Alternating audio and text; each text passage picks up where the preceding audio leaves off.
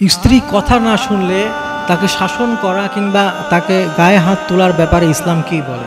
অনেকেই আমাদের কাছে এই প্রশ্নটি জানতে চেয়েছেন। বিশেষ করে এখনও সময়ে অধিকাংশ স্বামীরাই এই কৈফিয়তটা করেন যে স্ত্রীরা তাদের কথা মতো চলতে চায় না, শুনতে চায় না। তো যদি আপনার স্ত্রী আপনার কথা না শুনে যেই কথাগুলো শরিয়া সম্মত ছিল, তাহলে সেটার কয়েকটা বিধান আছে। এর মধ্যে একটা হচ্ছে, প্রথমে আপনি তাকে সুন্দর ভাষায় বলবেন, বুঝাবেন। যদি সে না শোনে তাহলে বিছানা আলাদা করে দিবেন। এরপরেও যদি সে না শোনে তাহলে শাসনের দিকে যাবেন, তবে কিছু শর্ত ইসলাম দিয়ে রেখেছে। 1 নম্বরে, আপনি যদি তার গায়ে হাত তোলেন তার মুখে বা স্পর্শকাতর কোনো জায়গায় আপনি আঘাত করতে পারবেন না। 2 নম্বরে, এমনভাবে আঘাত করতে পারবেন না যাতে করে তার গায়ে কোনো দাগ লেগে যায়। মানে এটা মারা বা গায়ে হাত তোলা এটা এই জন্যে না যে সে ব্যথা পাবে শারীরিকভাবে, বরং এটা এই জন্যে যে তাকে একটা এহসাস দেওয়া যে দেখো তুমি এত বড় অপরাধ করেছো যে তোমার গায়ে হাত তুলতে পর্যন্ত তুমি বাধ্য করছো, যাতে করে তার মনে একটা ধাক্কা লাগে। এটাই হচ্ছে উদ্দেশ্য।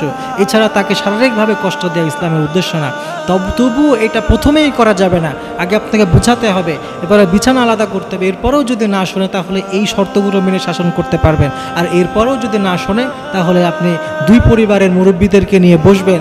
এরপরে খুব সিরিয়াস অবস্থা হলে তালাকের যে বিধান সেটা তো আছেই, কিন্তু এর বাইরে সরাসরি যে কোনোভাবে হঠাৎ করে স্ত্রীর গায়ে হাত তোলা, যেখানে সেখানে মারা কিংবা অনেক জোরে আঘাত করা, গায়ে দাগ লাগানো, এগুলা সম্পূর্ণভাবে ইসলাম এটাকে অ্যালাউ করে না।